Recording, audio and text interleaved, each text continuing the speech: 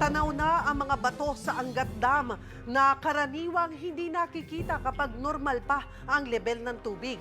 Dapat na ba tayong mabahala sa ating water supply? Para bigyan ng mukha ang balita, Mobile Journal, Francis Orso.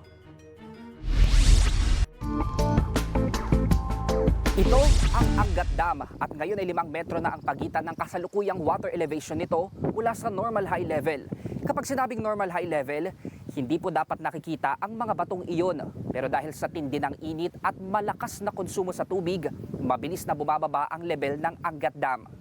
Sa pinakahuling talapan ng Pag-asa ngayong araw, 207.11 meters na lang ang kasalukuyang sukat ng Angat Dam mula sa 212 meters normal high level nito. Ayon sa MWSS, nasa average na 18 centimeters na ang nababawas sa Angat araw-araw. Pero basta naman daw hindi bababa sa 180 meters minimum operating level ang tubig, laban pa yan.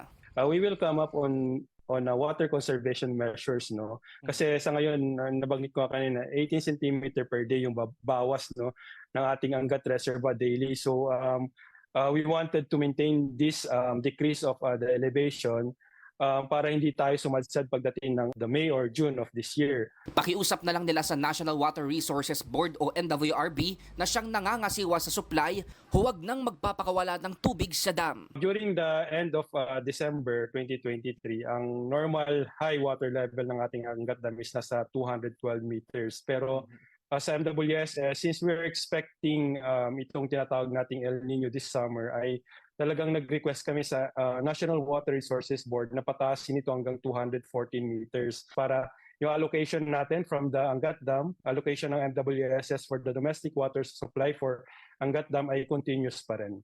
Sa ngayon, pinayagan din ng NWRB na mapanatili ang 50 cubic meters per second na alokasyon para sa MWSS. Susuplayan pa rin daw ang patubig ng mga sakahan sa Pampanga at Bulacan na huhugutin sa alokasyon para sa National Irrigation Administration o NIA.